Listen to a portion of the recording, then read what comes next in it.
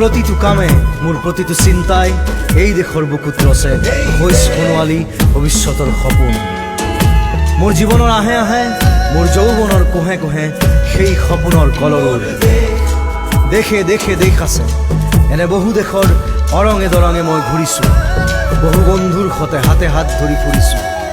কেতিয়াবা সাগৰ পাৰত, কেতিয়াবা খেজুৰ তলত, নতুবা পাহাৰ তলিত খন্তেক জিৰাইছোঁ। বন্ধুৰ সতে প্ৰাণ খুলি প্ৰাণৰ কথা পাতিছোঁ। তাৰপিছত আকৌ আৰম্ভ কৰিছোঁ নতুন যাত্ৰা। এনে বহু যাত্ৰাৰ শেষ মোৰ দেশ, যাৰ বুকুৰ উমে মোক দিছে ভাল পোৱাৰ আনন্দ, যৌৱনৰ প্ৰাচুৰ্য, জীৱনৰ নতুন অৰ্থ। এই দেশৰ প্ৰতিটো পুৱাই মোলৈ লুকাই আনে ঐশ্বৰ্যৰ বিপুল সম্ভাৰ। প্ৰতিটো সন্ধিয়াই বৈ আনে স্নিগ্ধ ফুলৰ সুবাস। প্ৰতিটো ঋতুৱে মোক দি যায় জীৱনৰ আশীৰ্বাদ। মোৰ দেশৰ বাবে মই জীয়াই আছো, এই দেশৰ বাবে মই জীয়াই থাকিবলৈ মৰণ পণ কৰিছোঁ। ৰণুৱা বনোৱা হালোৱা এই সকলোৰে মাজত ঐক্য হৈ, বিৰোধৰ মাজত সংহতিৰ সম্ভাৱনা হৈ মই আছো। জীৱনে মৰণে শয়নে সপোনে এই দেশৰ আহ্বান মই শুনিছোঁ। শত্ৰু মিত্ৰ সকলোকে মই চিনিছোঁ, সিহঁতৰ অন্তৰ মই বিশ্বাসেৰে জিনিছোঁ। শান্তিৰ চৰাইজুৰিক আজৰি ভৰাই দিছোঁ ভঁৰালৰ এমুঠি ধান, পৰাণৰ একোটি গান। আৰুতো মোৰ একো নাই, মোৰ দেশ মোৰ কল্লোলিত সপোনৰ উত্তাল তৰংগই মোক লৈ যায় গভীৰৰ পৰা গভীৰতলৈ, আদৰ্শৰ কঠিন পৰ্বত মূললৈ। এই দেশ মোৰ প্ৰাণৰ প্ৰাণ, মোৰ গানৰ গান, মোৰ দেশ। আচলতে বহাগটো এবাৰ আগৰ নিচিনা বহাগ বৰ্তমান নাই। আৰু দাদা যোৱাৰ পিছত প্ৰথমবাৰৰ কাৰণে বহাগ মায়ে দোলা দিছে আমাৰ পদূলিত। তেওঁ নাই যদিও কেতিয়াবা অনুভৱেই নহয় তেওঁ নাই বুলি। এই সমাধিখন দেখিলেহে মনত সেই কথাটো আহে যে কায়িকভাৱে তেওঁ নাই। গতিকে যিয়ে নহওক তেওঁৰ ওচৰত প্ৰাৰ্থনা জনাইছোঁ, সেৱা জনাইছোঁ। তেওঁ যাতে য'তেই আছে সুখেৰে থাকক, শান্তিৰে থাকক।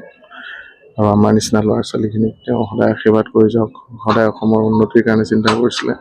অসমখন সদায় সমৃদ্ধিশালী হৈ থাকক, তাকে কামনা কৰিছোঁ। আপুনিও পৰিৱেশন কৰিছে। এইবাৰ বহু মঞ্চত কিন্তু জুবিন দাৰ কুঁৱৰী এইবাৰ বিহু অনুষ্ঠান বাতিল কৰিছে। আচলতে দাদাৰ কাৰণেহে আমাৰ নিচিনাবিলাকৰ জন্ম। দাদাৰ গান শুনি শুনিয়ে। জুবিন দা নথকা হ'লে হয়তো আমি বেলেগ কিবা কিবি হ'লো। কিন্তু জুবিন দাক অনুকৰণ কৰি অকণমান যত্ন কৰিলোঁ। নিজকে কিঞ্চিত হ'লেও যদি তেওঁৰ নিচিনা কৰি তুলিব পাৰোঁ, সেইটোৱে সদায় প্ৰচেষ্টা আছিল। আৰু কালক্ৰমত গৈ লাহে লাহে জুবিন দাক লগ পোৱাৰ সুযোগ হ'ল। ভগৱানেও আশীৰ্বাদ কৰিলে আৰু আমাক যিখিনি কথা তেওঁ শিকাই থৈ গ'ল, সেইখিনি লৈ আজিৰ দিনটোলৈকে আমি চলি আছোঁ। আৰু আনকালে বিহুৰ মঞ্চততো লগ পাওঁৱেই, আৰু তাৰ উপৰিও কেতিয়াবা তেওঁ লিখা ফোন কৰে, বেলেগ লগ নহ'লে ফোনো কৰে। এইবাৰ কিন্তু সেই ফোনবিলাক নাহিব, সেই ফোন কলবিলাক মিছ কৰিম। গতিকে যিয়েই নহওক তেওঁ য'তে আছে খুব শান্তিত থাকক, তেওঁৰ পৰিয়ালবৰ্গই শান্তি লাভ কৰক, তাকে কামনা কৰিছোঁ। বিহুৰ মঞ্চনো কেনেকৈ বাৰু আগৰ নিচিনা হেৰি হৈ থাকিব। আমাৰ যিজন মানুহ তেওঁৱে নাই। গতিকে বিহুৰ মঞ্চবিলাক আগৰ নিচিনা হৈ নাথাকিব নিশ্চিতভাৱে।